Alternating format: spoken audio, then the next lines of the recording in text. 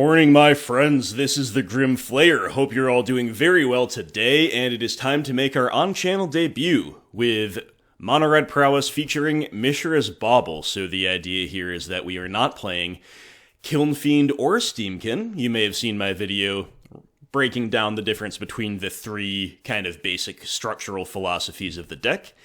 And this one is the third option, the third path, opting for neither, doubling down or quadrupling down more accurately on Bedlam Reveler with a full play set of the big guy and a full play set of Mishra's Bauble, which gives you incidental prowess value for your prowess creatures, of course, and also just helps you see more cards. So even though Bauble itself does not count toward the amount of cards you see, you need to see in your graveyard to cast Reveler, it still lets you draw for free. So you are seeing the land drops and or the non-creature spells of the instant and sorcery variety that you need to cast Revelers more early and more often. I am playing Ryan Overturf's exact 60, I guess accepting the fact that he's on a Sunbaked Canyon Fiery Islet split, which you should be if you have them. I just haven't gotten around to picking up the Canyons. I think they were a little more pricey on MTGO when I first bought into the deck, so I just went Islet. It's a 1 in 1,000 chance that it matters anyway. Otherwise, I'm on his exact 60, including Wild Slash, which is interesting choice of shock variant. Of course, this will help you beat the protection from red creatures, and I think if you are on a Bauble build, you have to play an instant in this slot rather than one of these sorceries. I do have a couple changes from his sideboard. I'm talking about the most recent time I saw him play. For all I know, by the time this video's out, he's updated his list. But anyway, a couple changes in the side. From memory, I think he has a Shenanigans in place of the third Abrade. I just like a critical mass of Abrade. I think this card's amazing. We also have, I have 2 Tormod's Crypt, 1 Surgical. I think he's on all Surgicals for the Grave Hate slot. I've been more impressed by Crypt, but I don't mind a split. And finally, he does not play Shrine of Burning Rage, but I do like this as a one-of for fair deck matchups. Pretty sure he's on the 4th Dragon's Claw instead. So there you go. Pretty similar idea, though. And let's have some fun. Let's get into a league here, my friends. I would like to thank everybody for watching. I hope you'll stay with me for the duration of the league. And I would like to thank, as always, all Patreon supporters. I'd also like to mention that my channel is still predominantly and basically always will be a modern mid-range channel, above all else, but I've gotten a lot of messages from people lately, mid-range aficionados like myself, saying that at first they were indifferent to the Prowess content, or even they were kind of like disappointed that I was starting to feature it because, of course, it's taken away a bit from the mid-range stuff at least.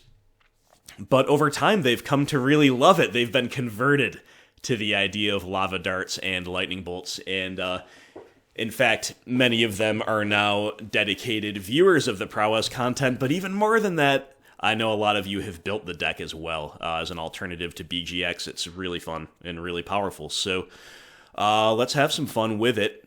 It's a bit of a risky one-lander, but we've got 2 threats, 2 light-ups, and we're working toward the Rev. I think this is a keep, especially on the draw, where the risk of the one-lander becomes a little less risky. Fiery Islet. We have the Islet. Windswept Heath, I was afraid that we were going to have to spend turn 1 lava darting something, but we don't. So instead we're going to spend turn 1 saying Soul-Scar Mage, pass. Hopefully our life total is a free roll in this matchup, because we got 2 Fiery Islets that we're operating off of. OP will go Once Upon a Time.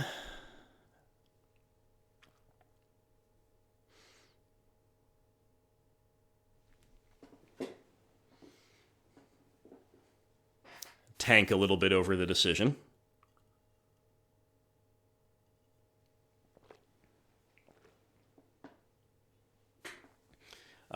Arboreal Grazer, one of my least favorite newly designed cards. I truly hate this ramp that you can't interact with. So yeah, opponent just makes a 0/3, puts a land in for free. It's really insane. I don't mean to complain right out of the gates, but I don't like the design of that card much at all. In any case, we could go Spike You, Light It Up, and have an attack that forces them to block or gets good damage across. Normally, I would be more inclined to get the Swifty down, but honestly, because we have 2 light-ups, I almost think it's better to do as I mentioned. We go Spike, we Light It Up, we attack for 3. I think that's pretty reasonable, because we have a pretty good chance of being able to play Swifty next turn, because we're seeing a bunch more cards and having a similarly great attack.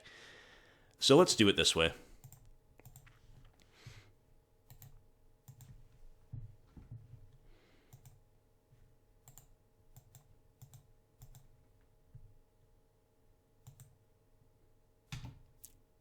So we haven't hit our 3rd land, so our line could be a little bit punished, but we are forcing the block, which I think is ultimately a good thing.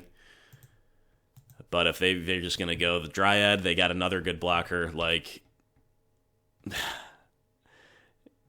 and Bojuka Bog for us. That's pretty rough, not going to lie. Yeah, these blockers, man, these blockers. Like, the ramp that you can't interact with and that provides a board presence is actually a big part of why these decks are such a terror in the format, if you ask me. We pretty much have to Manamorphose here. We're certainly not going to allow Manamorphose and Crash Through to simply go by the wayside if we can at all help it. Still missing the 3rd land. That sucks. That really sucks. And not only does that price us into probably just going Bolt, Dart, Attack, we haven't developed our mana, so we're not going to have as good of a turn 4, and we're losing the Crash Through value. But I don't see another good way to facilitate our game plan, because they're not going to block if we just go Crash Through, if we just go like Swifty Crash Through. Or they will block, rather, even worse, because it's a good block. So yeah, just going to take care of the Dryad here. But you can see how much these blockers that also ramp are really cramping our style here. Nevertheless, we do put some big chunks of damage across again, and if they've got Titan here, then we just had no chance. But thankfully, they don't seem to. They will kick off with Once Upon a Time. Maybe they do have Titan because they actually... No, sorry, they do have double green. I'm getting thrown off by the presence of Horizon Canopy. It's not something I see too often, but seems like a fine one of.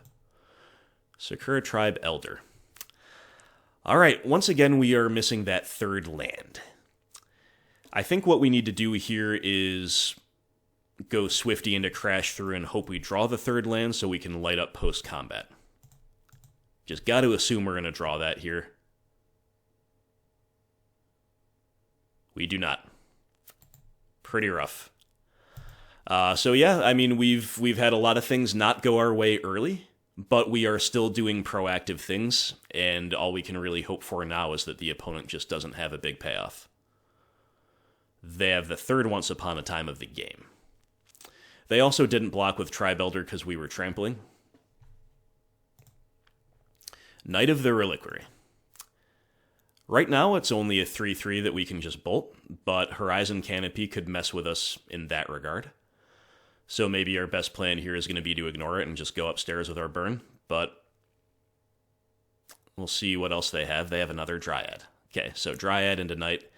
So if they cast this, they're actually dead. Oh no, Dryad is going to let them tap painlessly. Sure. So they're not quite dead. If we draw a land, they're dead, because then we can... Oh my god. Oh my god. Alright, well... I think we're supposed to go...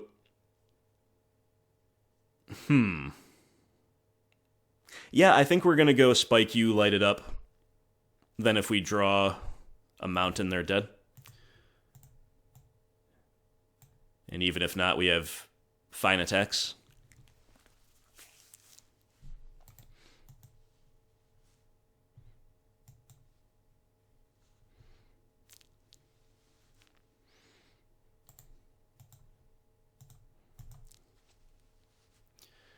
Mountain, mountain, mountain, mountain. Sweet.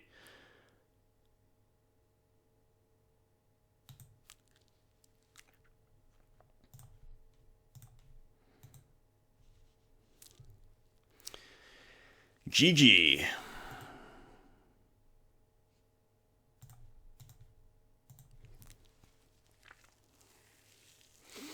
Okay, well, they didn't have the Titan. And they didn't have other big payoffs. So this is Titan Field trying to win with Valakut plus Dryad, or with Titan into those things and or Field of the Dead, or just kind of a more value-y plan involving Titan and Knight of the Reliquary.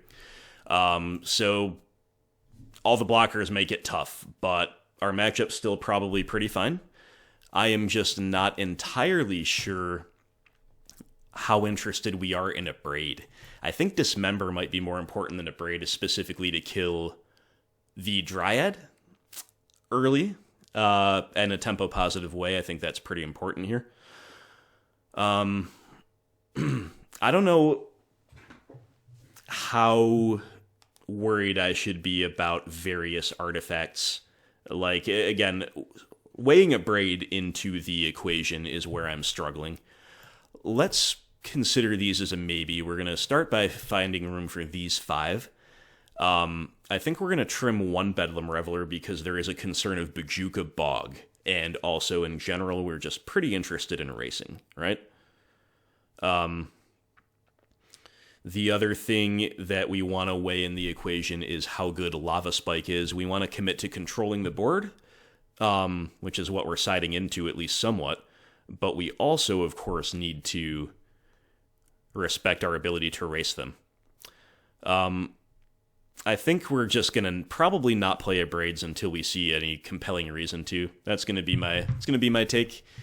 So I think Wild Slash is probably a little bit worse than Lava Spike overall. Let's just cut 2 slashes, 2 spikes. Run it like this. Pretty fine with this.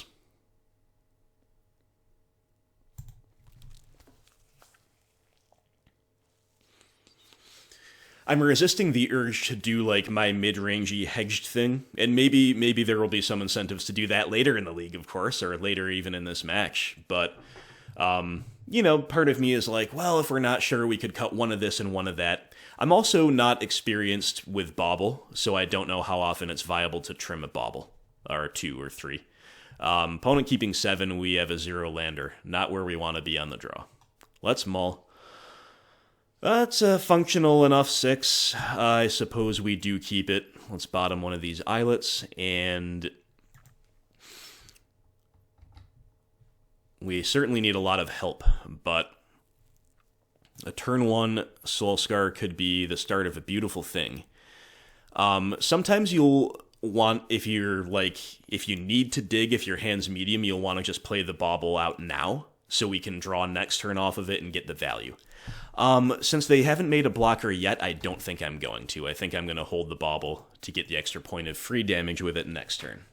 But in this instance, I believe there are incentives to do both.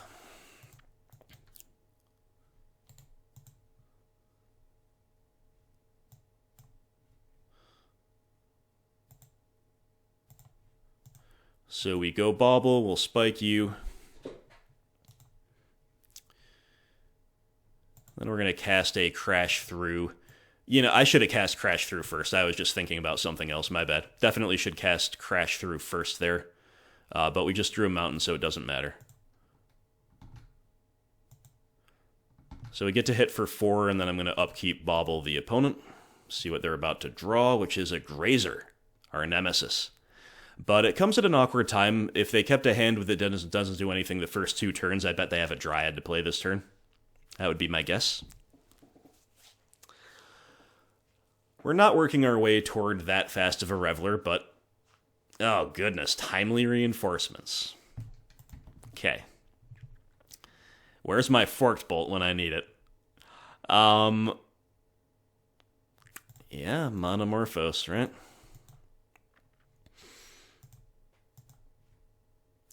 Into another Manamorphose seems decent. We're working toward that rev. We're working toward that rev with double time now, and maybe you should have played a mountain first, just in case we wanted to tap and sack the islet. How were we to know we'd draw a couple mountains off of this, though, right? So I suppose we just let that mana expire. Send in the mage. Get a chump blocker out of there. As if they didn't already have enough, like, expendable blockers, right? That's definitely a bit of a tilt.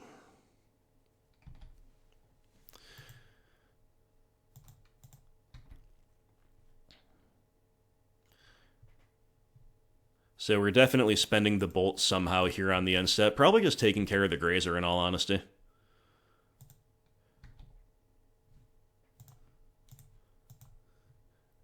Certainly a feel-bad moment.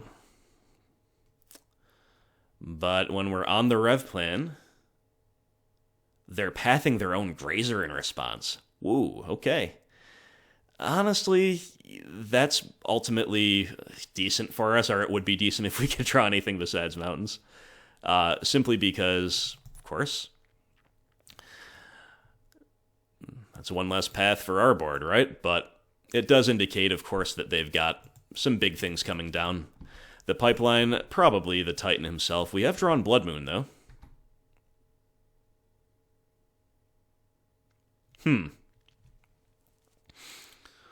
Okay, because they're not blocking, I think we just hold the bolt.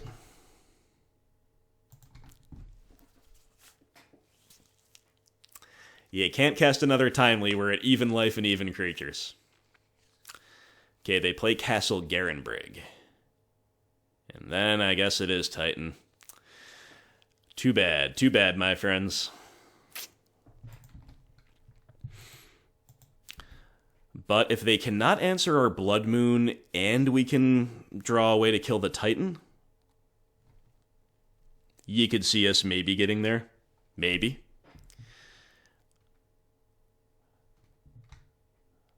Maybe not, though, if they're about to do some work with Valakut. They've got... Well, no, they're not going to do work with Valakut this turn. They're going to do work with Field of the Dead. And Radiant Fountain and Bojuka Bog. So those are a couple of great utility lands for them.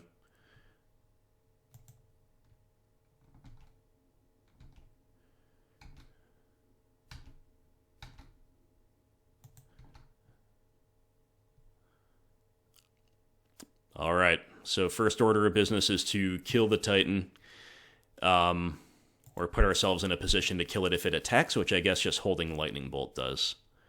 So we should begin with a crash through, I suppose. And yeah, okay. Yeah, maybe casting that was bad just in case we drew something like this that's not immediately good and also is not a land, so we can't hold up Blood Moon.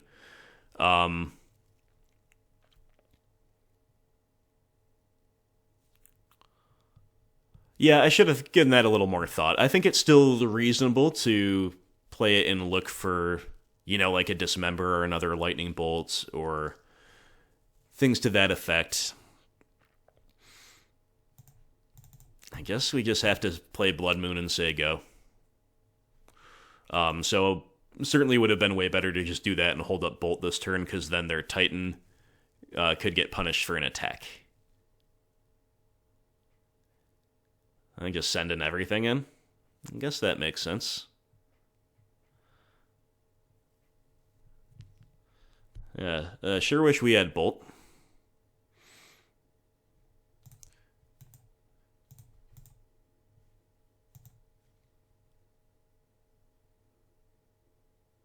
We're at 4. Okay. Wonder if the opponent has any other thing that can be played under the moon. I wonder also if we can kill them this turn. Wouldn't that be hilarious? I guess we should probably go for it.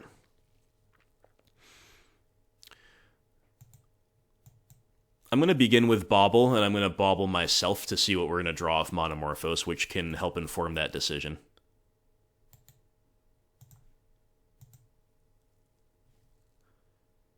We have another Blood Moon on the top. So we're going to Manamorphose into the Blood Moon. We're not going to have lethal. So we have to play D here.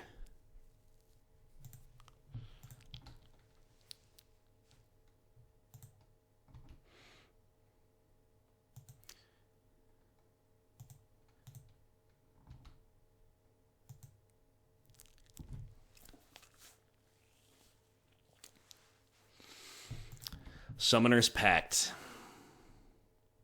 Which they cannot actually pay for, but maybe they're going to get like a... They get Dryad. Okay. Yep. I was going to say maybe Dryad, maybe Reclamation Sage.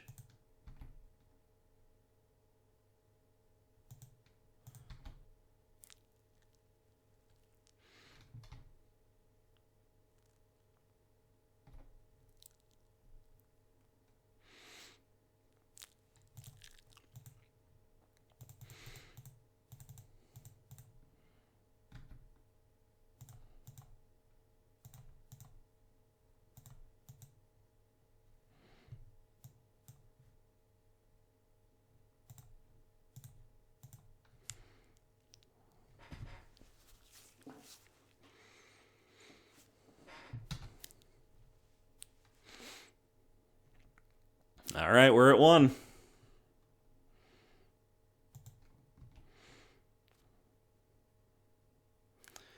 Light up the stage. I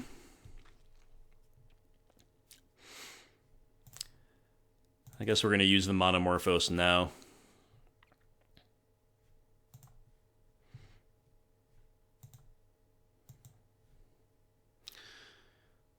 Okay, so we can dart them and light it up.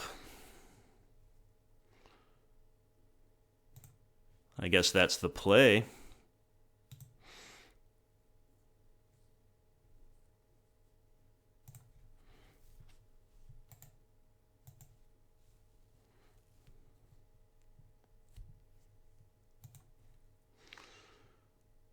We have another light up and another mountain.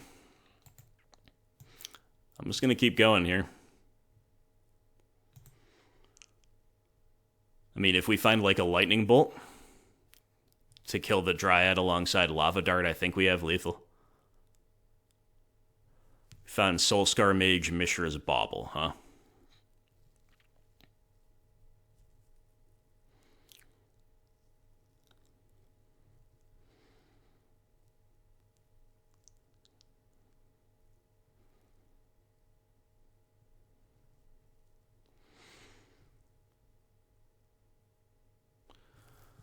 So, I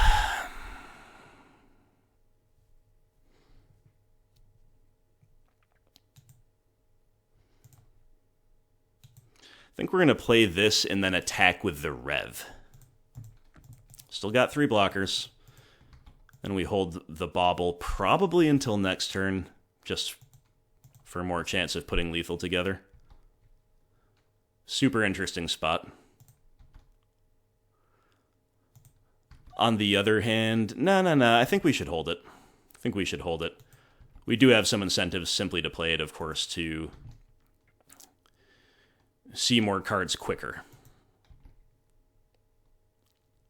But with 4 Prowess creatures on the field, I think we are supposed to save that.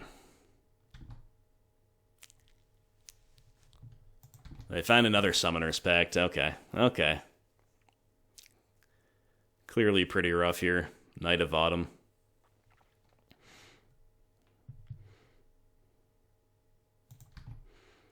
They have a land to follow this up. Or this just unlocks Blast Zone, which I guess kills us. I got Valakut. Yep, okay, they got the land anyway. Well, we put together some scary stuff. If we had found Lightning Bolt off of that second light up the stage, I guess that's just lethal, right? We just bolt and dart the board and attack for, I think, would have been overwhelmingly lethal. I didn't actually look at it because it didn't matter, but yeah, you know, they had a really good progression. We didn't quite have what we needed, but we still stuck in there. We still almost actually turned the corner. I didn't really see anything, I don't think, that makes me want to change my sideboarding. I think this is pretty much where we'd like to be. And it's going to be better for us on the play on average. So let's run it back. Try to get there.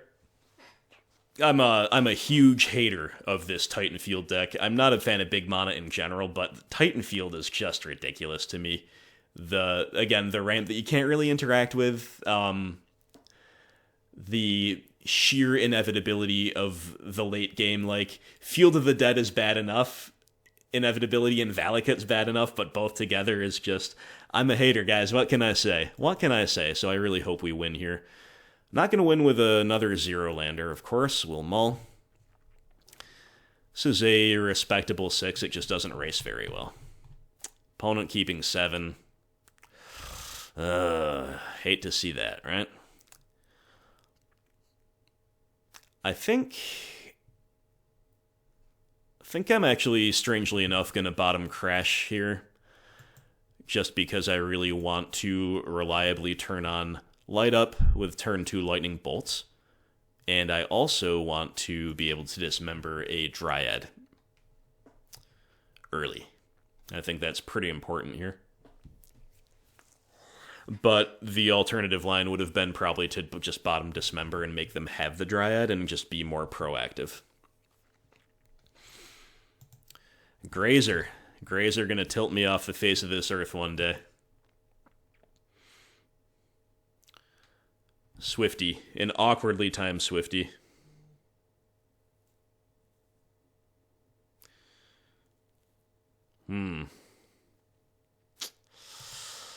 I guess new plan is to play the Swifty Bolt. We gotta start our clock.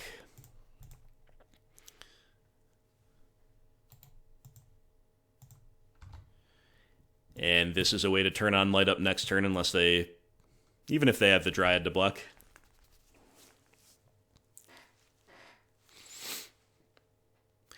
They go get a Plains, they play Radiant Fountain.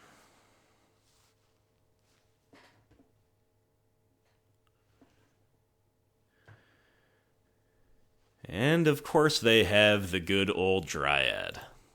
But we have Dismember, so rewarded, but still in a pretty bad position, honestly.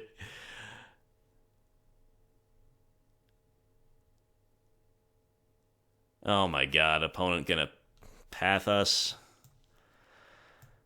This deck seems like a much harder matchup than most of the big mana decks, I've gotta say. And it's because they have all of this free value off of these blockers that they can afford to play interaction, right? And such an inevitable late game that if the game just continues going on for long enough. Let's think about this. So, high upside is playing Manamorphose, hitting like a Lava Spike and getting to double Light Up. But high upside in a different way is lighting up naturally into a threat and then having Manamorphose in the tank. I think we're going to kick off with a Manamorphose, but you could go either way here. Sure, yeah, rewarded, so we'll bolt upstairs. We'll cast a Light Up. We'll go Mountain into another Light Up, and hopefully find some real action somewhere along the lines. We have a Blood Moon. Alright, so I'm going to cast our Mishra's Bauble here. We're going to pass holding up Lightning Bolt. We are threatening the Blood Moon, but sadly they're about to have 4 basics if they want them, so it doesn't really do much in terms of hosing them, but it might just shut off some win conditions, but I'm not terribly optimistic about that. They have a Primeval Titan on the top of their deck. Well, wouldn't you know it? And they have another Dryad. Wouldn't you know it? Wouldn't you know it? But they don't appear to have a 4th land. Or maybe they just haven't played it yet. Or a 5th land, rather. Sakura Tribe Elder represents the 5th land, of course, but they don't have land number 6 yet. We draw 2 creatures. I like that well enough. I think we have to play Swifty into Blood Moon and then attack.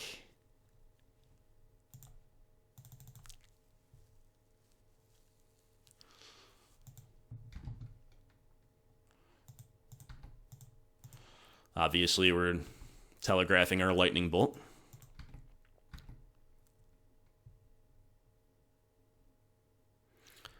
So you assume the opponent values the Dryad more than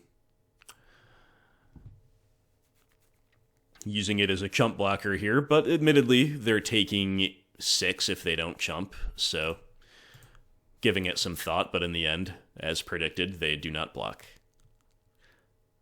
Alright, we gotta hope they don't draw land number 6, that's all. That's all. In their lands deck, we just gotta hope they don't draw any more lands. Yep, 4 basics. Yep, they instantly hit it. So we are pretty dead here, despite our Blood Moon. They've just got too much value. Too much value, too much value. Well, we tried. Took some mulligans, faced some really good progressions. And I don't know what we need now to win. I mean, Crash Through could be a start. We gotta hit some Revelers, probably. I forgot that we were mooned off of our islet, not that we would really sandbag it anyway. Okay. Time to die.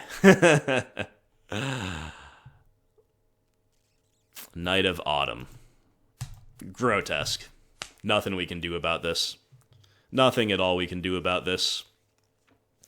The only thing we could have considered is mulling to like a perfect hyper-fast 5, but when they lead on Grazer, then they go turn 1 Grazer, or sorry, maybe their Grazer didn't come down turn 1, I don't recall.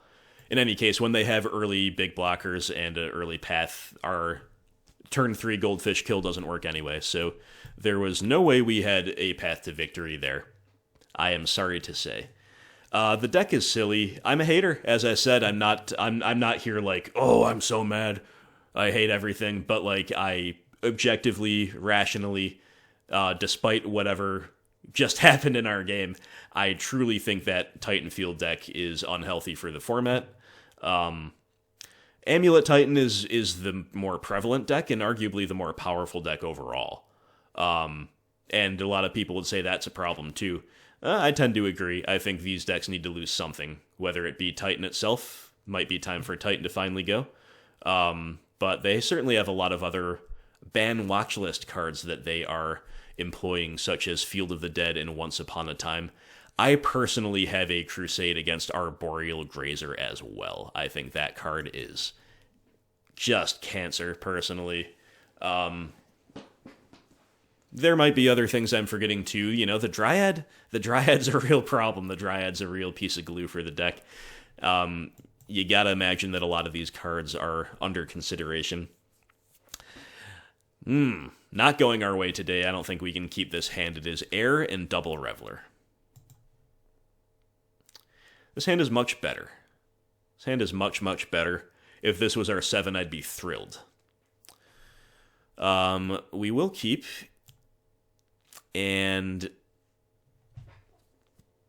I almost want to bottom the Reveler, as strange as that sounds, because that means that almost any draw is good, including multiple Revelers. I think I'm going to. And I also think I'm going to commit as hard to racing as possible by withholding the Bauble until turn 2. I think on the play that's pretty likely to pay off for us. But as always, we kind of have incentives to play it earlier as well. Inspiring Vantage, Giver of Runes. Okay. Red-White Taxes. Opponent's name is Death and Cat Mix, which could be a pun on Death and Taxes. You gotta take your cues from the opponent's name when possible, when relevant, right? I think we are probably just supposed to bolt the Giver here, because it could be a real problem.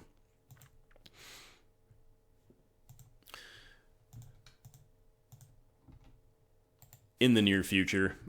We could also have considered bobbling them before we made our decision, just to get a more clear picture of what they're on.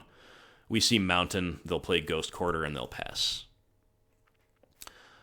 Alright, well, I think we're just spiking upstairs, holding our Wild Slash here.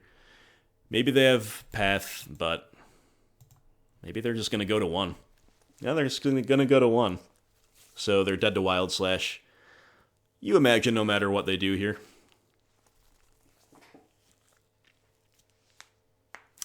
Alright, well, easy win. Looks like concession lag to me. GG. Very nearly a turn 3 kill against a deck with Painless mana. So yeah, that's why we bottomed the Reveler. We went for that racing plan. So red-white taxes, what do we expect? What does red do?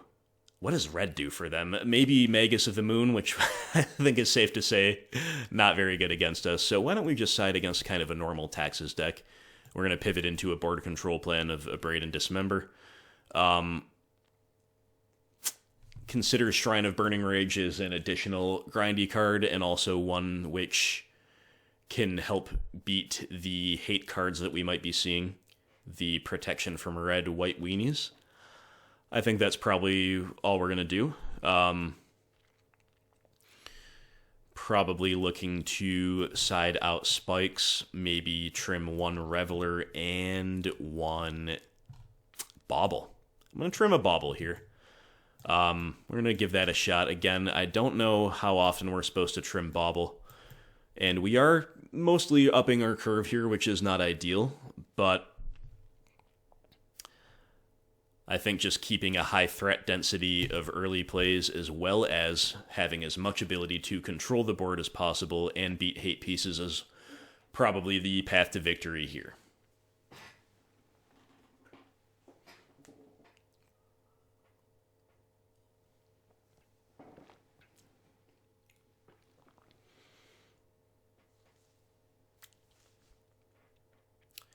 OP keeping 7. We've got stuff we'll keep. Totally fine hand. Ooh, they have to open on a Sunbake Canyon? That can't be good. Turn 1 Giver is a little bit scary, though, just because they can, like, protect a Leonin Arbiter and then Arbiter GQ us out of the game. That's one way we can lose. But if it worse comes to worse, we can always just Lava Dart our way out of that situation, maybe. Instead, they go Chalice on 1? Alright, well, we've got Abrade, so I guess we're just supposed to Manamorphose into Abrade here.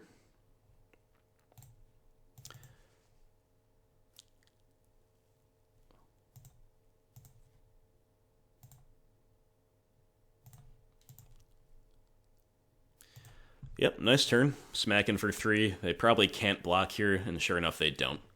Their Blast Zone obviously looking potentially awkward here. But now they have Ghost Quarter, so if this doesn't appear to be Arbiter, it is Thalia, sure.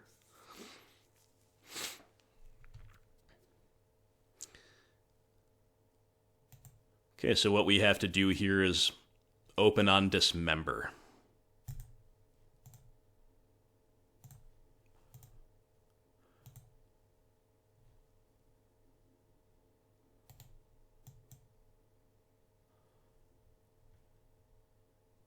Then they give protection in response. Yeah, I actually, for some reason, was thinking I was going to make a 4th land drop this turn. So that was a bit wrong. I didn't need to main phase the Dismember. Should have thought more about that. So anyway, they have pro-red. No point in attacking now unless we want to bluff something, but let's just stay back. Yeah, a bit of a... just got ahead of myself there. I was thinking, of course, we could dart in a response, but I need the 4th land to do that. Stoneforge Mystic. Okay. Sure. A little bit scary, to be honest. They've had quite the progression here.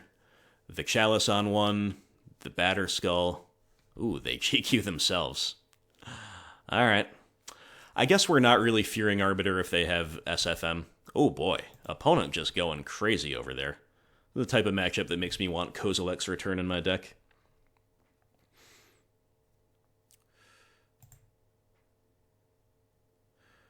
I think we are priced into Lava Darting the SFM.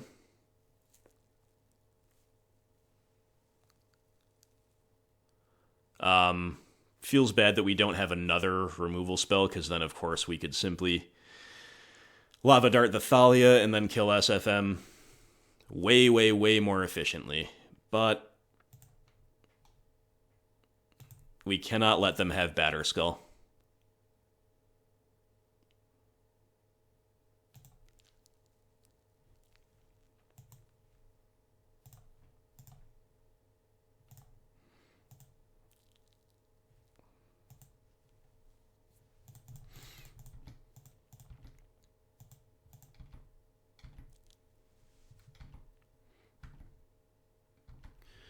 We play a Soul-Scar, we say go. So, I mean, that's a decent follow-up here. But right now we're hoping they're just choked on mana so they can't Blast Zone and they can't ever play the Batter Skull. So now our best draws are just basically burn spells that go up over the top, I think. Crash Throughs are okay here, too. It's the only thing we can do, so I guess we'll cast one, try to find a land to cast another, and just attack. It's pretty decent. We did. Nice.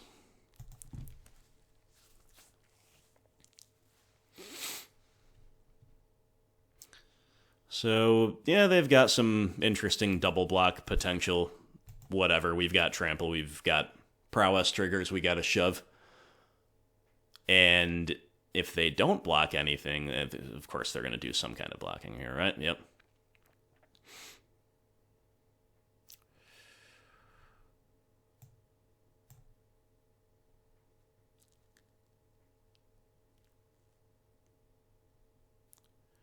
Okay, so Thalia is getting pro-red. So we want to assign 0. You can't reduce to less than lethal. Okay, so you can't do that. Alright, fair enough. I don't know if there is a better way to sequence that with that in mind. I've never quite had this come up, but we are at least killing Giver there, which is fine. Get 3 damage across. Get one of the Givers off the field so they don't have total immunity.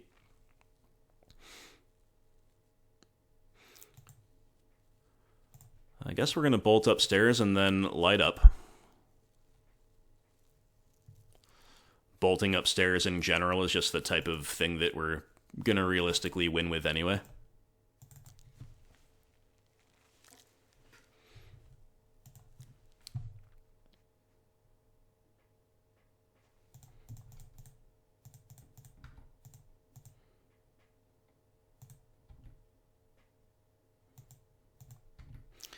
Hitting 2 creatures is kind of bad, but at the same time, they're kind of pressed into a block here of some kind.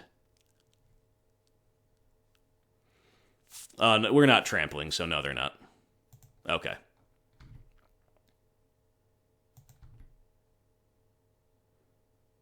Sure.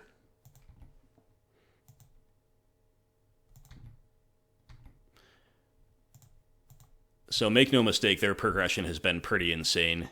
Triple Giver, Thalia attacks, Chalice on 1 on curve, Stoneforge Mystic. That said, we're still got him on the ropes here. Let's just draw a burn. Let's just draw a burn.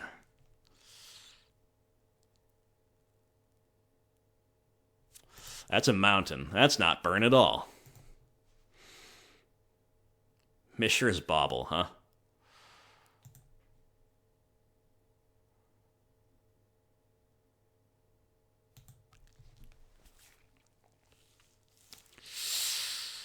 I guess we're probably supposed to cast it and attack.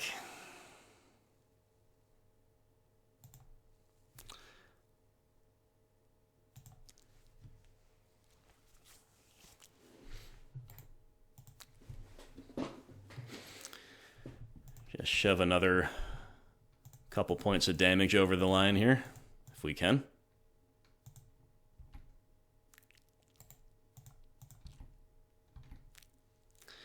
They could be sitting on a Path to Exile.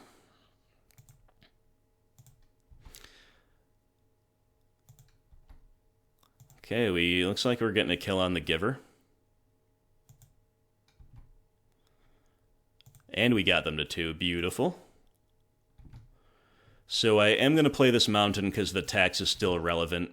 Withholding information is relevant too, but they have sort of light and shadow on top, which I don't think they can realistically leverage, and they just scoop. All right, so we won through an enormous amount of hate cards and cards that generally can line up well against us if it's all done in a coherent way, which it was. Granted, the opponent was mana-choked, but, you know, their own mana base does that to them. When they're playing the Ghost Quarter plan and a bunch of utility out of their land base, they're playing like Blast Zone and Cantrip lands and all the rest. So maybe the Taxes decks kind of have to get greedy with their mana base to compete. I can kind of relate to that on BG the Rock. Like, sometimes, even though I'm a 23 land, 2-color deck with pretty consistent mana, sometimes I do lose a little bit to my own utility lands, but, like, that's just what you have to do to have enough gas, have enough juice to keep pace with some of these other decks in the format, right? In any case, that was a strong win for us. Opponent will mulligan. I guess we keep this double Bauble, double threat one-lander. I like it a lot. I don't like the fact that we can't seem to win a die roll, but the LP Mullen to 5 could be pretty sweet.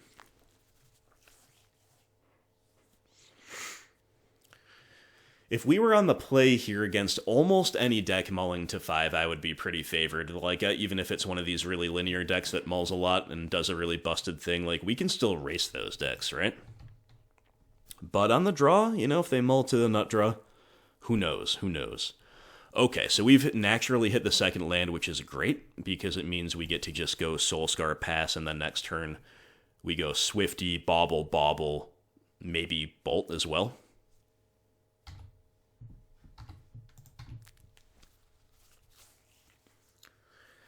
Opponent getting a tap Stomping Ground. This could just be a Scape Shift deck.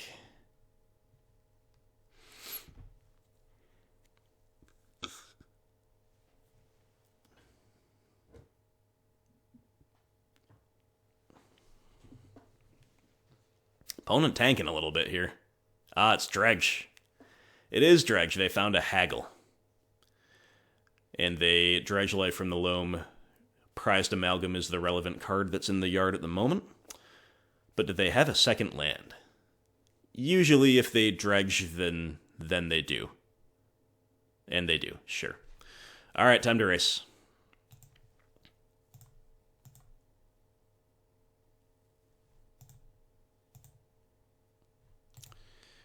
Having drawn another mountain, like, you could in theory say we're supposed to Bauble for information first, but, like, we pretty clearly, in my view, just have to do all the damage we can this turn.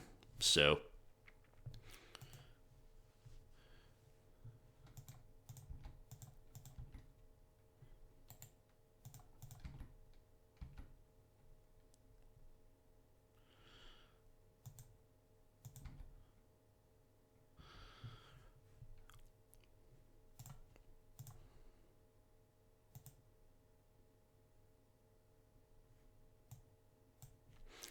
I guess we'll find out 2 cards in their hand this way, so we can Bauble them once now, and then Bauble them again on their end of their turn.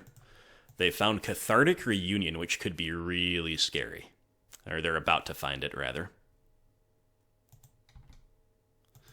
But we found Lava Spike. Honestly, just drawing more burn is pretty sick here. But, yeah, Cathartic Reunion. Not what we want to see. Because we know they have that Life from the Loam to pitch, so we gotta hope this first Dredge bricks, which it kinda did. Bloodghast is not what they need right now. It gets their Amalgams back, but it's all very slow and can't block this turn. So... And they also don't have a land? Oh, even better. Alright. Bauble you. They have Conflagrate coming off the top. Let's just kill them. We did. We killed them. We killed them many times over. But we're going to cast Crash Through unnecessarily first, because it's fun.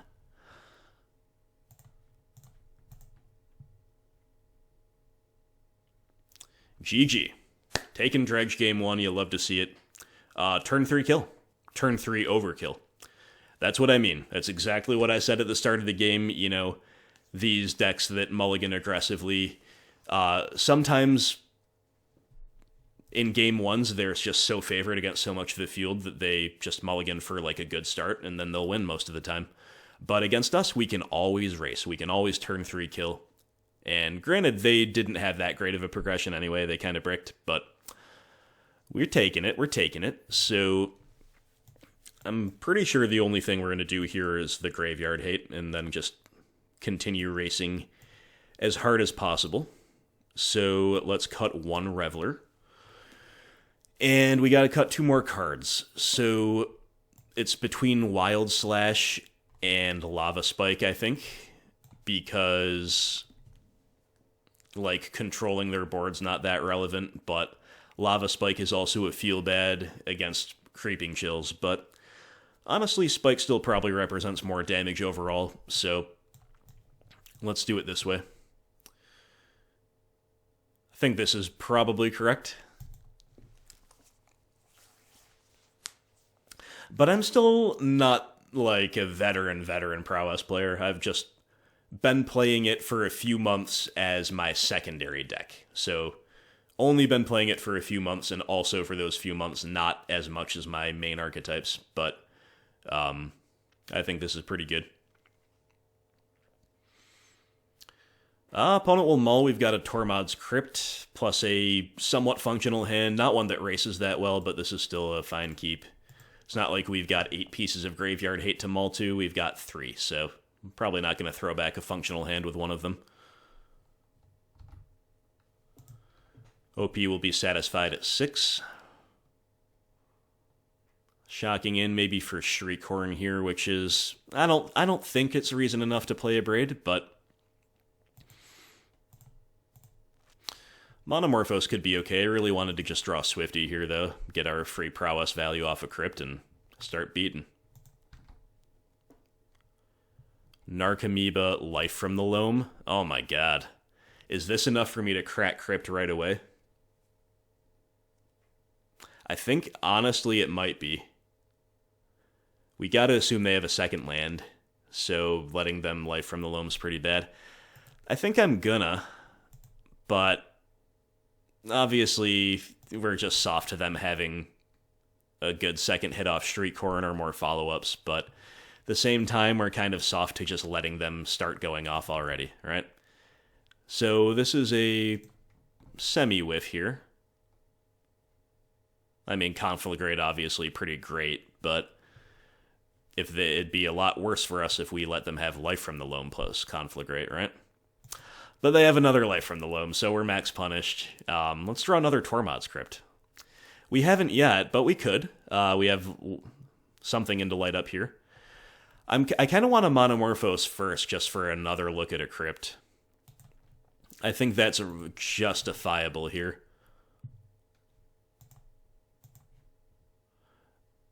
Okay, Reveler, sure.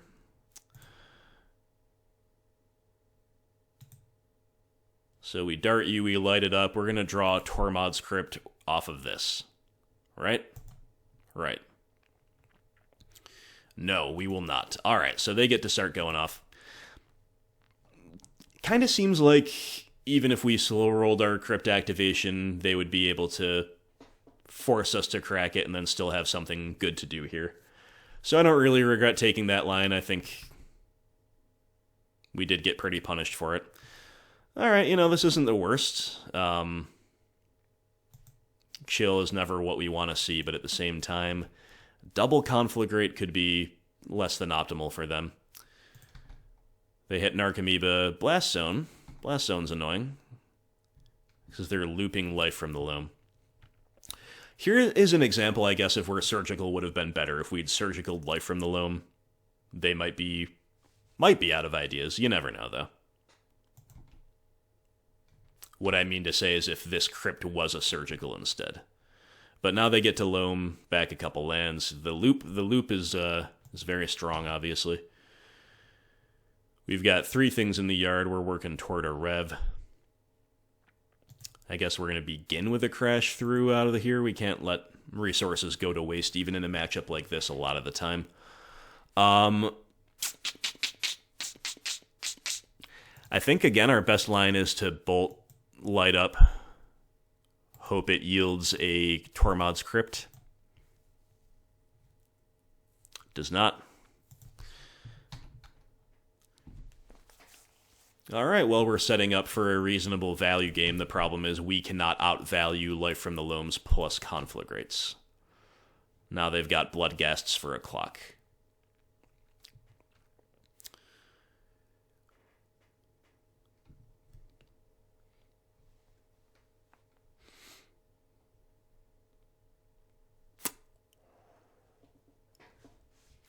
Yeah, in order for a plan like the one we've been on to end up working out for us, we probably would have needed turn 1 Swifty, which would have complicated their decisions by a significant degree. Still looks like they're probably able to beat it now that they're going off like this, but yeah.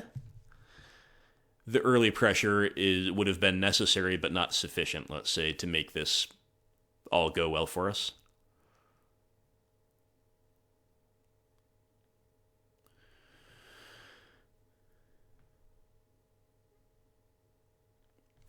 One, two, three, four, five, six. All right.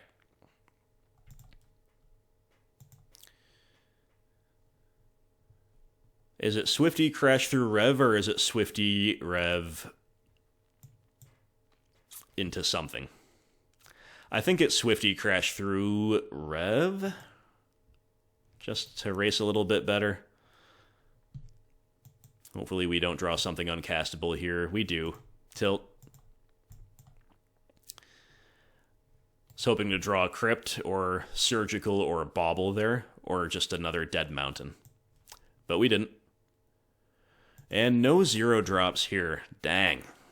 I mean, it's all decent. Don't get me wrong, it's all decent, but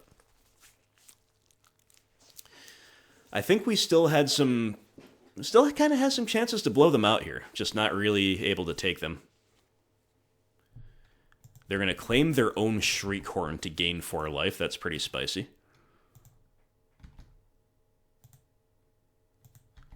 And then they dredge, hitting only an Amalgam. You know, at least they're not hitting more dredge cards. That's what we've got going for us. It's not nothing. So if we block a Bloodghast here, we're going to make their Conflagrate a lot better. Right now they can Conflagrate for 5, but all they can really do is point at all 5 points at the Bedlam Reveler because we've got Lava Dart. But the best thing would be for them to forget about the Lava Dart and try to, like, get cute with 4 to the Rev and 1 to us or something like that. We get to blow it out with a Dart. So certainly they do turn them all sideways. Now, if we do block with Bloodghast, we've got 2 damage marked on Rev, so it's basically a toughness 3 creature for all intents and purposes. I don't think we're supposed to block it. Could also let them get that Amalgam back. Let's just do nothing and see what they do.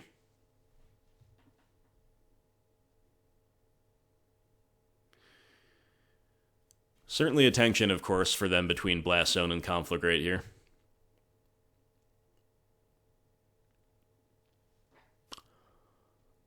We could honestly still cheese this one out.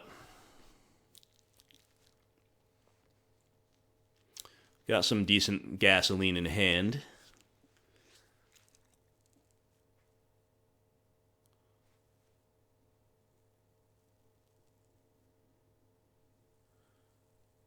I'm going for something here. Suppose it is just going to be a Conflagrate. Okay, they're keeping a card in hand, but only dealing 4 to the Rev. Wow. Okay, dart your Narcomoeba. Right, that's the thing.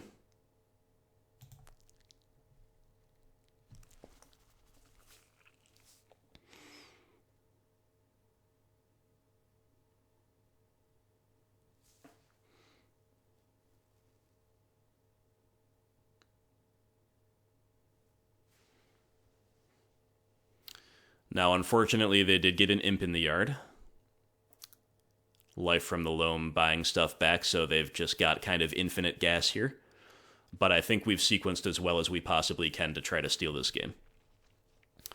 We'll begin with Crash Through, hoping for something awesome. Hoping for lethal here, frankly. Another Bedlam Reveler. That could be pretty good. Honestly, could give us a realistic shot at muscling our way over the line in the game where we probably shouldn't, by rights, be able to do so. So I guess we just spike, Rev, pass.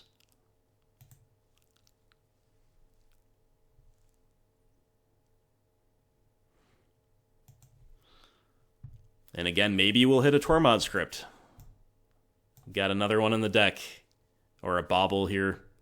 We hit Bauble, and we hit Surgical. Okay. Definitely casting Bauble right now. And should we be casting Surgical? Well, we don't quite have lethal even if we do.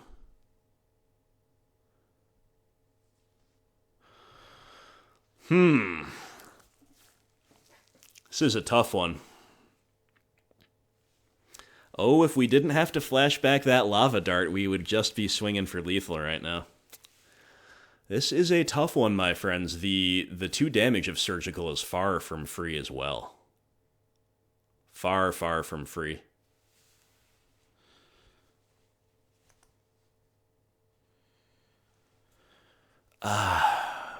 I kind of want to Bauble myself to see if I could draw into a Tormod script. Never mind, I can't cast that on their turn anyway. So I guess we should Bauble the opponent before we do anything. Bloodghast. Good to know about. They can hard cast that. So what are we supposed to do now with that information? I think we're just going to die to the Conflagrate if we don't exile it, because they can Dredge life from the loam, or this is complex. This is very complex.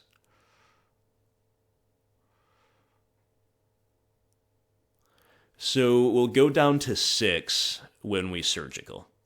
They will have 6 points of damage on the field just by hard casting a Bloodghast, so kind of no matter what we do, we're going to die to the Bloodghast plus the Conflagrate if we don't exile it, and or Bloodghast plus Creeping Chill if we do.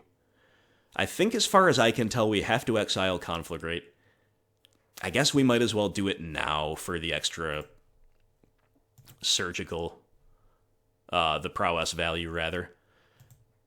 And we just try not to die this turn. Bedlam Reveler back to block, and we're going to put them in range of our Lightning Bolt. Okay, they just have a couple lands in hand, so we got to fade the Creeping Chill. Let's make sure we click this. So we'll take a look at their deck. They do have 3 chills in there still. Anything else spicy? They're playing 3 Nature's Claim. Overall, that's good for us. And nothing else too crazy, a 1 of Ox.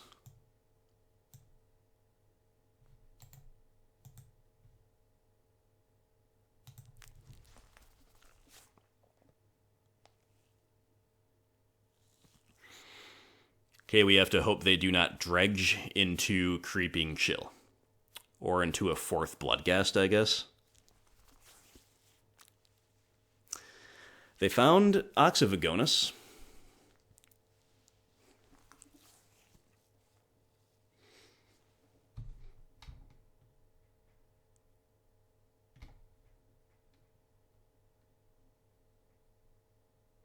Oh, they found the 4th Bloodghast, so now they can hard cast this one. Yeah, okay. Okay. Dang. Dang. Well, it's hard for me to tell exactly what is ideal. In retrospect, having just live commentated my way through a really tight situation. Honestly, think it's pretty fine. Opponent hesitating here. Please just don't go for it. Please just don't go for it. Oh my god. Are they going for the Ox?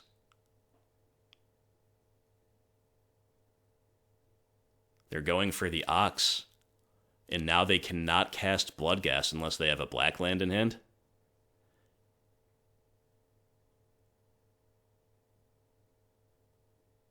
They're just dredging, trying to find a Creeping Chill, and they do. Oh my god, opponent gave us such a window back into this game twice. No disrespect intended. Super complicated game. I understand all that, and it's possible I'm missing lines too that I'm not even aware of, but my goodness.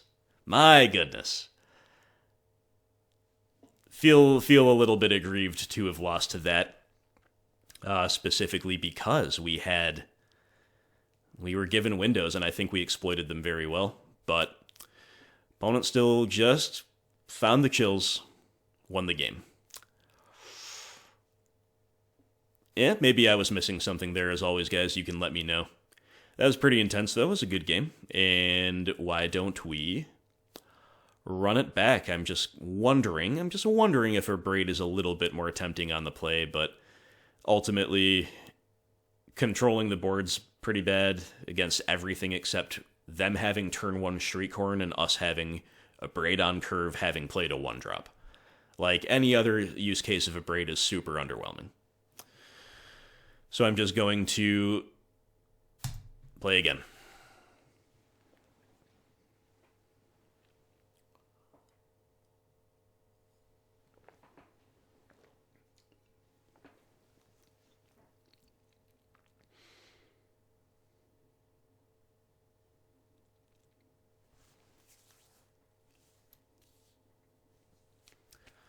That was a close one. That was a fun one. Hope you guys are having fun right along with me. All this hand does is race, but I think we're probably supposed to keep a hand like that on the play.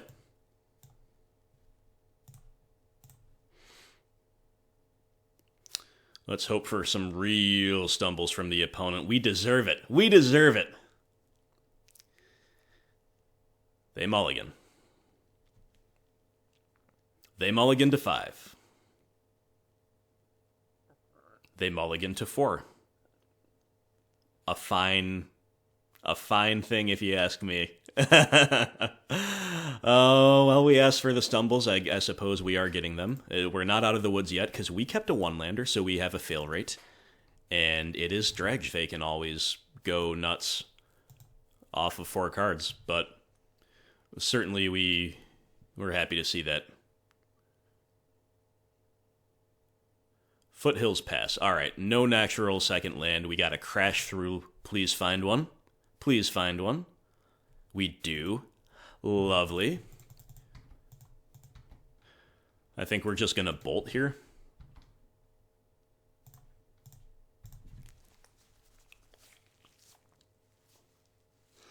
All right, we're operational. Opponent's at 12. They didn't have a turn 1 play, but maybe they have Cathartic Reunion here. Or maybe not. Maybe they'll just pass. Okay, well, Manamorphose. Playing our land first in case they have some kind of response. We might want to have our options open here.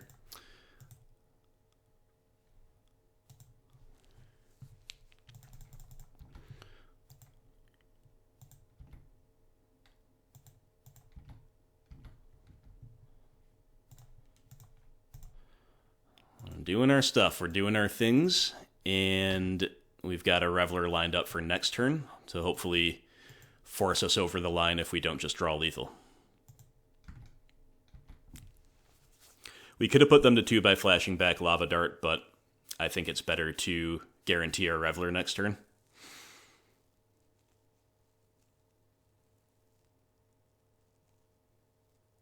That is it.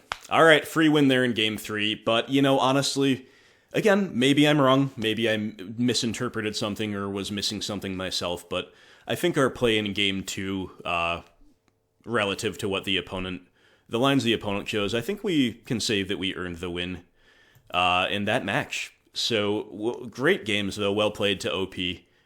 Dredge is always thrilling to play against on Prowess, can really go a variety of ways. I think Dredge is a fairly cool deck. You know, certainly sometimes it feels unfair, but on the whole, maybe it's just the decks I play, but like Prowess is cool because you are both disrupting a little bit while racing. And the way that all can come together for either player, it does lead to a variety of very interesting games. And on BG the Rock, like, it's not find your hate pieces or die necessarily, especially on the play. You can go turn 1 Inquisition, turn 2 Scavenging Ooze, and play like a normal Rock game. Obviously, you need Skoos.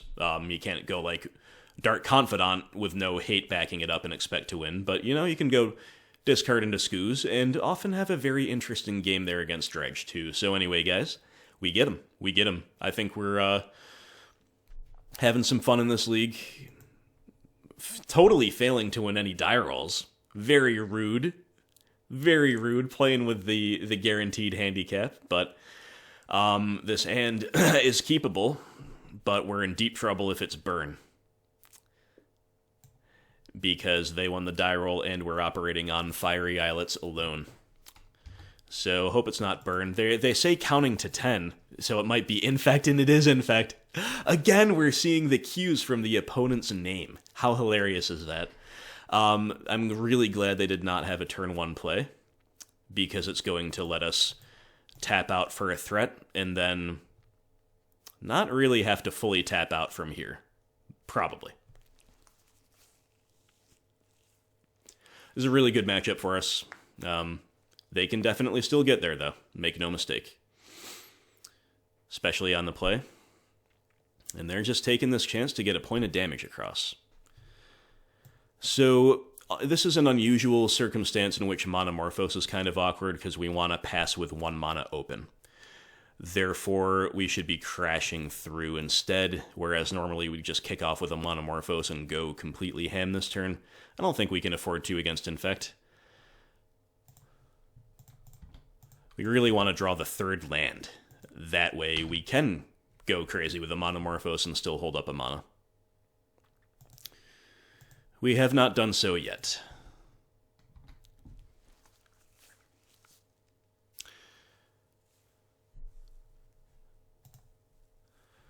Pendelhaven's a problem. Ooh, are they just main phasing an activation here? They are. They're main phasing it because it's scale up and that's all they have. Probably. Pretty easy play to blow out, though. We'll Lava Dart you.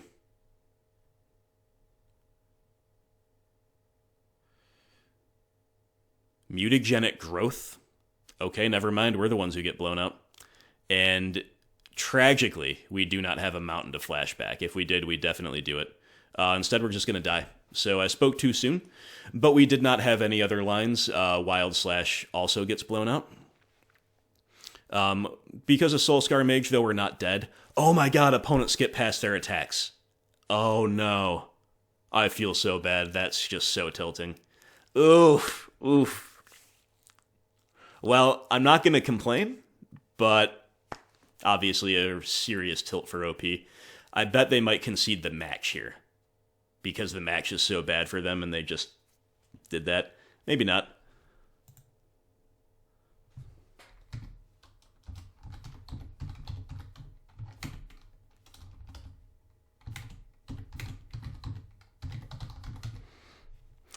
I'll say unlucky, my sympathies. It really is unlucky. It doesn't mean you're a bad player. If you accidentally clicked past your turn, it's a hazard of playing online. Definitely major unfortunate situation for OP, but we will be happy to take it at the same time. We probably just want our Abrades and Dismembers here, but Blood Moon is amazingly effective against a lot of what Infect does. I just don't think we probably need it. I think it's probably better to just execute our plan A while controlling the board, especially on the draw. But we'll put 1 over there for consideration. I'm probably just trimming one Reveler and 3 spikes, though. I think that is the way to do things here. I mean, we could just jam a 1 of Moon for cheese factor, but again, I think I'd rather do that on the play, if at all. So let's just run it like this. See what's what. You know, honestly, we were going to go to 8 Infect. I think we were still in an okay position, like it was still anyone's game, but obviously it's just our game from there, because that happened, right? But, yeah, you know, especially if we failed to hit our third, or if we did hit our 3rd land, rather, I think our position's still pretty okay. OP keeping 7. This hand has 4 kill spells. It is a keep. It doesn't do anything else, but we don't really need it to do anything else. We'll see more cards. We'll get there eventually. With a threat. OP will open on OUAT, which is what the cool kids call Once Upon a Time. They're finding Tarmogoyf? Yo, transformational sideboard plan. Well, we have Dismembers for that. And right now it's not that big anyway, but maybe they don't play it right away. Or maybe they have a fetch land or something. Either way, it'll still die to a lightning bolt if all they have is fetch into Goyf. But that's something I've not seen before out of Infect. I mean, opponent's name is counting to 10. Clearly they're an Infect main. So I guess if you play Infect long enough, you try more experimental things. And for all I know, Tarmogoyf is not even that experimental. I've just personally never seen it before. What I have seen is, for like a brief window in time, some mono-green Tron players were siding Tarmogoyf to bring in against me, against my Tarmogoyf deck. Very stupid. Not a stupid thing to do, but like, feels blasphemous, you know? I'm the one interacting. I'm the one playing, like, cards where half of them are dead G1 when I run into your deck. Right? Tron player, so I deserve to get the payoff of playing Tarmogoyf. You just get to jam Tarmogoyf because I'm going to grow it for you? That feels so wrong. It feels so wrong, but that's what they were doing. Anyway, opponent lost connection, then reconnected, so now they're sitting here despite reconnecting. I think I might actually take a quick bathroom break here. Be right back.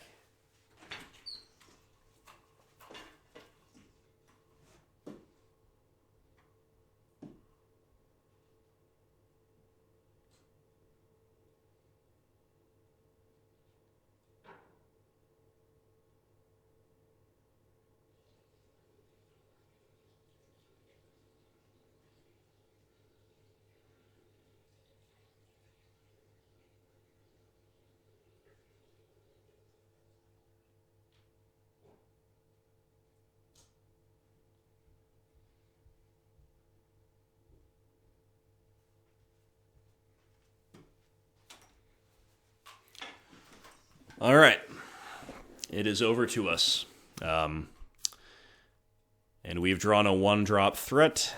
That is a pretty nice draw, not gonna lie. It gives us, obviously, the pressure, puts the pressure on the OP here to really get their act together quickly, and arguably gives us a better chance of taking down a Tarmogoyf, like if that is their play later on. Like when it gets bigger. It's not, they're just going to play it out now, so we just get to lightning bolt it. But OP leaving some equity on the table here, they have mismatched Goyfs. So, yeah. So we know they have another one in hand. I don't think that changes our play at all, though. I think we just need to kill their threats, whatever they are. And once upon a time, triple check, it is an instant. So killing a Tarmogoyf with a lightning bolt doesn't happen every day, always feels really good. There's some incentive not to crash through here, because it's going to make their Goyf that comes down next turn a 4-5, but I still think we are supposed to. We want to take the heat to them, we can always kill it in combat with bolts and stuff anyway. And of course, we want to keep seeing more cards curving out. We still have 3 Revelers in the deck to go over the top of them with. It's just the other Goyf, sure. Not the game I expected to be playing, I'll tell you that much. Bauble is fine.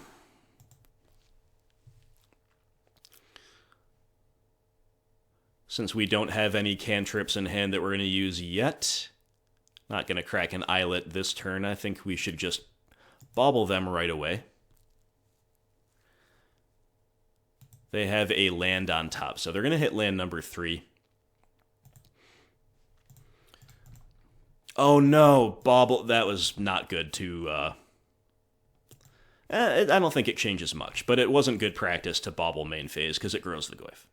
Right? But shouldn't really matter, we're just going to bolt it anyway. They're not blocking. Alright, well, do we have lethal? Bolt, dart, slash is 7 damage, plus another 4 from Swifty is 13. They're going to go to 2, and then they're basically going to go to 1. with that fetch land in hand, or not use it. So I think we are supposed to just ignore the Goyf now and dump probably everything upstairs. And then just any other burn spell, or just us going wider than them is lethal.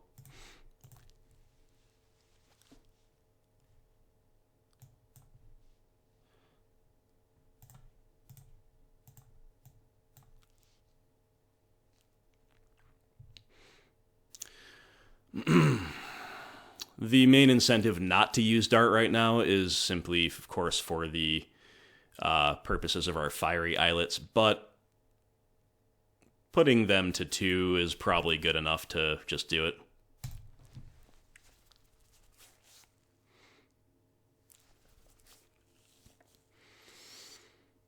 Given what I've mentioned before. So we're just going to draw.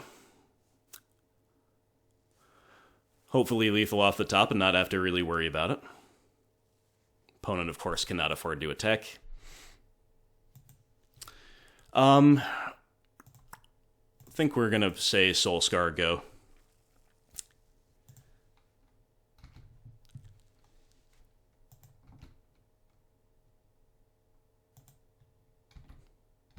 A decent draw in the grand scheme of things. Okay, opponent plays a Rancor on their Tarmogoyf, but still cannot afford to attack.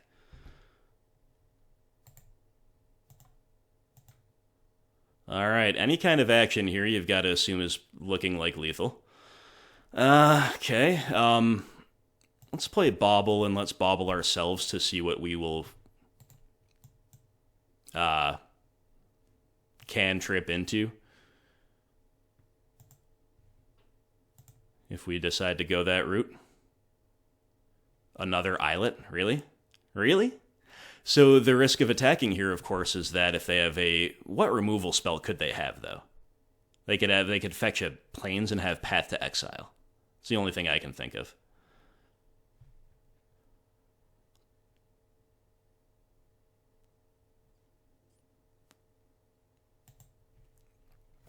So if we do not attack... You know, I don't think we're supposed to attack. I think, like, that's the disaster, is allowing them to attack with Tarmogoyf freely.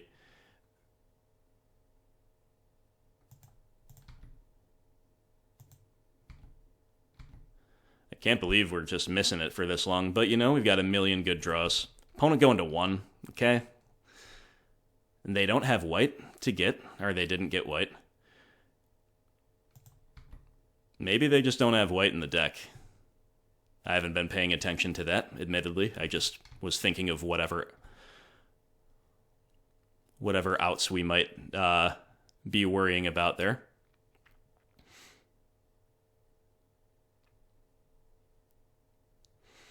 Is my client lagging, or is this concession lag? I have no idea what this sequencing is. They go Groundswell Scoop. I'll take it. I'll take it. So my sympathies to the opponent for the turn 1, or the game 1, rather, misclick. That sucks. Would have been an interesting game. I don't know about the Tarmogoyf sideboard plan, personally. It's just like, I think if they were intimately familiar with the Prowess builds, and if, like, one of the main reasons they're playing the Goyf is for the Prowess builds, they might reconsider, simply because, like, it's a much more tempo-negative play than they're usually on, and we already, like, it is stock to play the card Dismember, so it's not like we're, like, a lot of the time priced into 2-for-1ing ourselves to deal with the Goyf. No, I mean, between our Soul-Scar Mage and our just early pressure and instant speed removal, and the fact that sometimes we will just naturally bolt the Goyf on curve, don't know how effective it is, but if you have any insights out there, my friends, you can let me know. Either way, we have cashed another Prowess League. Good times, and now let's try to go 4-1. I think this hand is a sufficiently high-reward one-lander to keep, and we have, at the very end of this league, we've won a die roll. Beauteous. Beauteous. Okay. The major thing here we want to fade is removal on our Soul-Scar. They have Utopia Sprawl. Yikes. Major yikes. Because then we could be in for Ponza land destruction, and we're on a one-lander. So I think the play here is to just light up and try to guarantee our second land drop if it is at all on the top of our deck.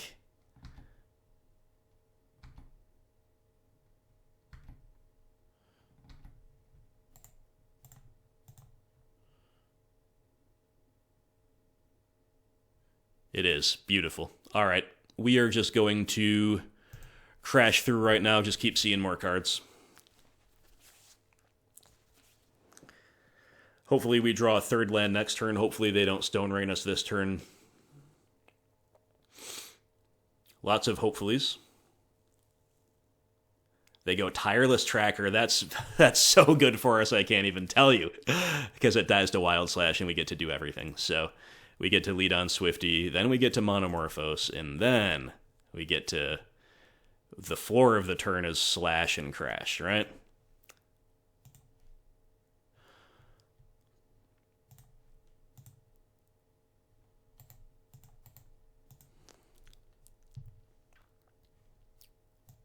Dies to Wild Slash. It's the new Dies to Doomblade, but it's a lot more relevant. Yeah, we will continue curving out with a crash through here, I suppose. Nice. Well, we have certainly drawn out of our one-lander, and that is the power of all these cantrips, and specifically light up the stage. Just so good in this deck. Alright, so here's a 4-drop. Chandra is a potentiality here. It is Karn. Alright, well, we should be able to just ignore Karn and win with our hand.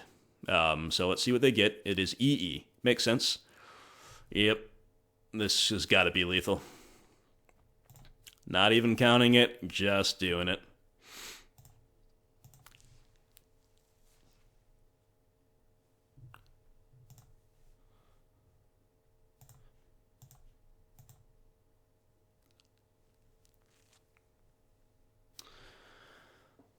Turn forward.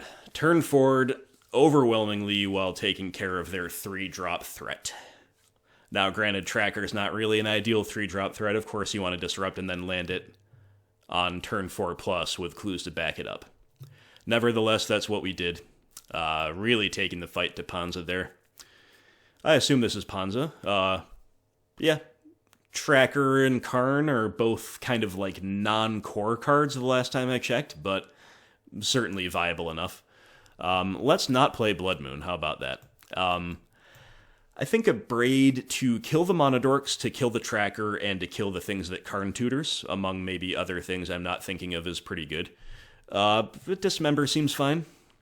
And I don't think we need anything else. I think Shrine of Burning Rage might be decent, but I don't know if we want it. I'm unclear enough, like I don't know the Ponza current builds like the back of my hand, which is probably what you would need. But I think we're probably going to go down spikes. What is their Grave Hate going to be? Just probably a Scooze? Maybe Relics, actually. I'm just deciding whether or not to trim a Rev. Why don't... This sideboarding has served us pretty well, like losing 1 Rev and a few spikes. Why don't we do that for now? No Shrine until further notice. I think this all seems pretty good. Yeah, I'm down. Okay, so the major thing that we are at the mercy of is them just having a million land destruction spells on the play. So to that end, we want to keep high land hands and or like a good solid 2-lander that can kill a dork on turn 1.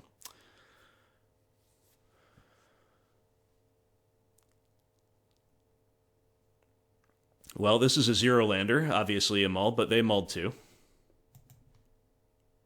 Oh no! 2 straight 7s with no lands. I think mulling is worse for us than for them, on average. And they don't even mull to 5. We have to mull to 5.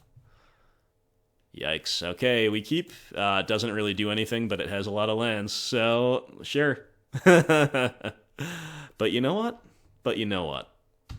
We'll draw out of it, right?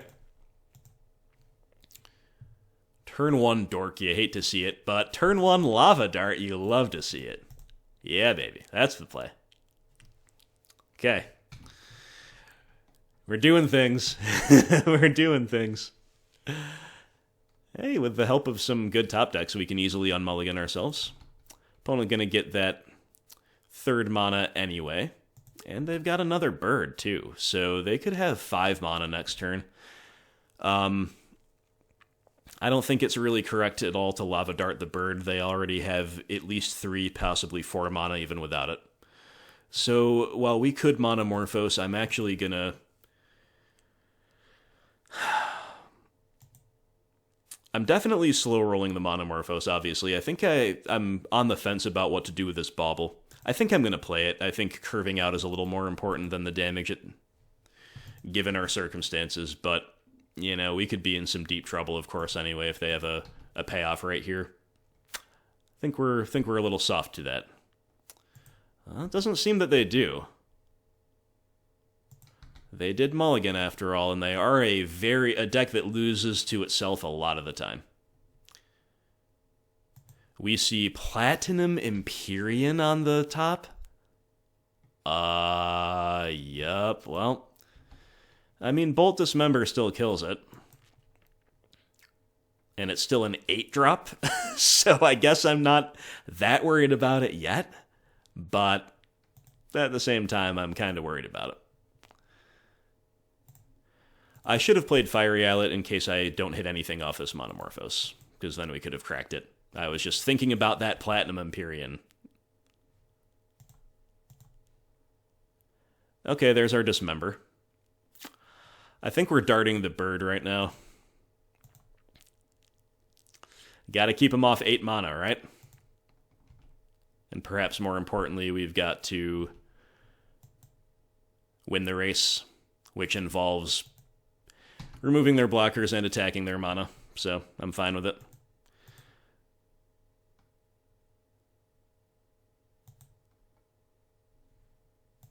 Alright, we're breaking 2. So opponent has Platinum Empyrean plus 1 unknown. We will cantrip into a Crash Through, which is pretty fine. Just more bad stuff in hand, though, for now.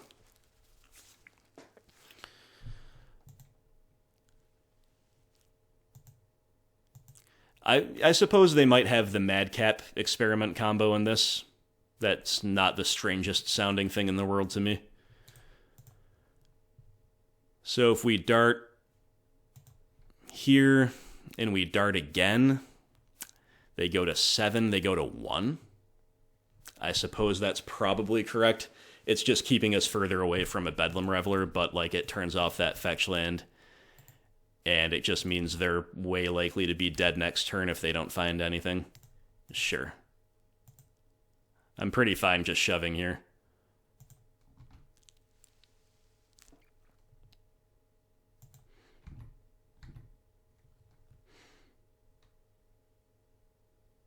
They play another fetch land.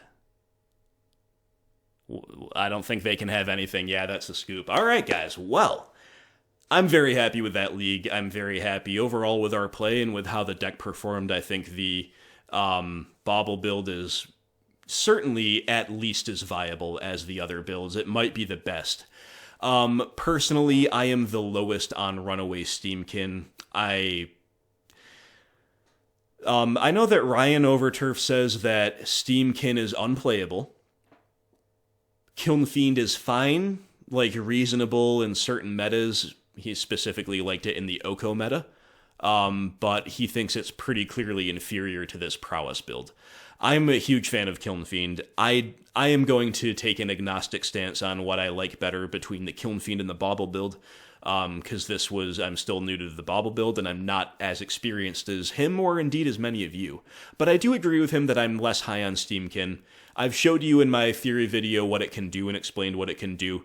I'm not going to tell anybody they're strictly wrong for playing it, but to me it's the third It's the third best, right? It's the bronze medal, and you've got the Bauble build and the Kiln Fiend build competing for silver medal and gold medal, respectively. And honestly, I wouldn't be surprised if this is the overall strongest way to build Prowess, but the important thing is to know what you're doing and why you're doing it. The important thing is to have a coherent build that maximizes the strengths of whatever sub-theme you choose, right? So, guys, I'm the 4-1 king lately. I don't know if anyone else has been having this experience in post-Theros Beyond Death Modern, but I have gone a ridiculous amount of 4-1s. Obviously, some 2-3s and some 3-2s mixed in, but by far the clear majority of my leagues are 4-1. So we're going infinite on mid-range and with Prowess. We're getting a lot of really, really good results. We're showing what we can do in the meta, but I have just been denied the 5-0s every time. Like, this could easily have been a 5-0 league. We just got kind of nutted by the stupid Titanfield deck. I'm still a hater. So anyway, my friends, I want to thank you for watching. I want to encourage you to do two things. The two best things you can do to support this content if you like it, if you want to see more of it. Number one is to support me on Patreon. Even a few bucks a month makes a huge difference to my life. And you get some tier rewards for that. Even at the very lowest stage of entry, you get to read my monthly scouting reports, which admittedly are not written from the Prowess perspective. They're written from the green-black mid-range perspective, but you could still get some mileage out of those. Every dollar you donate accumulates and goes toward qualifying for donation leagues once you hit a $50 donation threshold. And beyond that, you just get to give back to the content that hopefully you are enjoying. The other thing you can do is visit my sponsor, Brian Palmer, of BrianPalmerArt.com, who is a great guy and who makes awesome playmats and tokens and does commissions, and he has a really sweet mountain playmat that I think I'm going to get for myself. That would be the perfect backdrop for this deck and paper. I think it's the perfect fit. You can use the code GrimFlayerMTG for a 10% discount off of that. That does help me out. You can also like, share, comment, and of course, subscribe to the channel. Let me know what you thought about the lines we took here, guys, and about the sideboarding decisions, about the build, the Bauble build relative to Steamkin and Fiend, and also to my specific 60 with Wild Slashes that I borrowed the idea from Ryan and my own sideboard ideas. We put them into practice here. I think it's pretty good. I think the deck is just pretty awesome, and it's a thrill, a good time to play. So thanks again for watching. I will talk to you soon. Hope everybody out there has a wonderful day.